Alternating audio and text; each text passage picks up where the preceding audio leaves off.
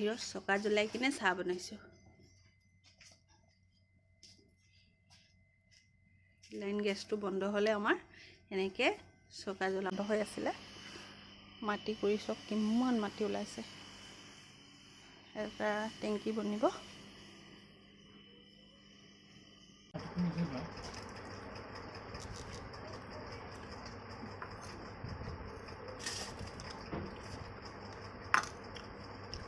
গাইছ চক আমাৰ গেছ লাইন বন্ধ কৰি দিছে। গেছ লাইনৰ পাইপ চাফা কৰিছে। সেইটো কাৰণে আমি বাহিৰত চকা জ্বলাই কিনে চাহ বনাইছোঁ। লাইন গেছটো বন্ধ হ'লে আমাৰ এনেকৈ চকা জ্বলাব লাগে ইটা দি কিনে। Hello' guys, welcome back to my channel.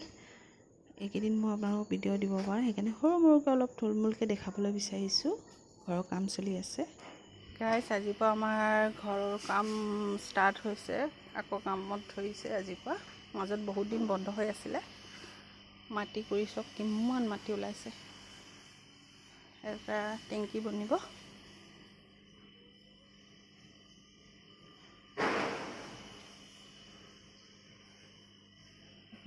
চব আধা মুৱা হৈ আছে। মোৰ মিস্ত্ৰীহঁতৰ কাৰণে চাহ বনাই আনিছোঁ। চাহ পৰঠা আৰু ঘুগুনি বনাইছিলোঁ দিছোঁ।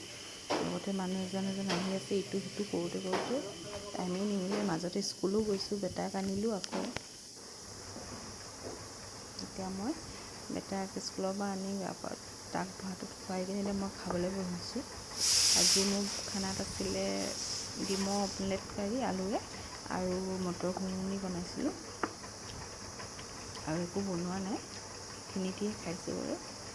কাম চলি আছে, গোটেই ঘৰৰ এফালে ধূলি হৈ আছে পূৰা।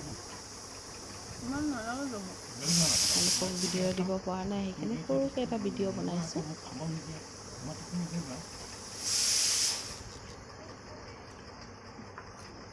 মানুহজনী খাই আছিলে এইফালে। তাৰপিছত কৈছে ঘুগুনিটো লোৱা নাই বোলো, অকণমান লৈ ল'লোঁ। সেইটো কাৰণে ডিম কাৰীটো দিয়ে খাবলৈ ভাল লাগিছিলে।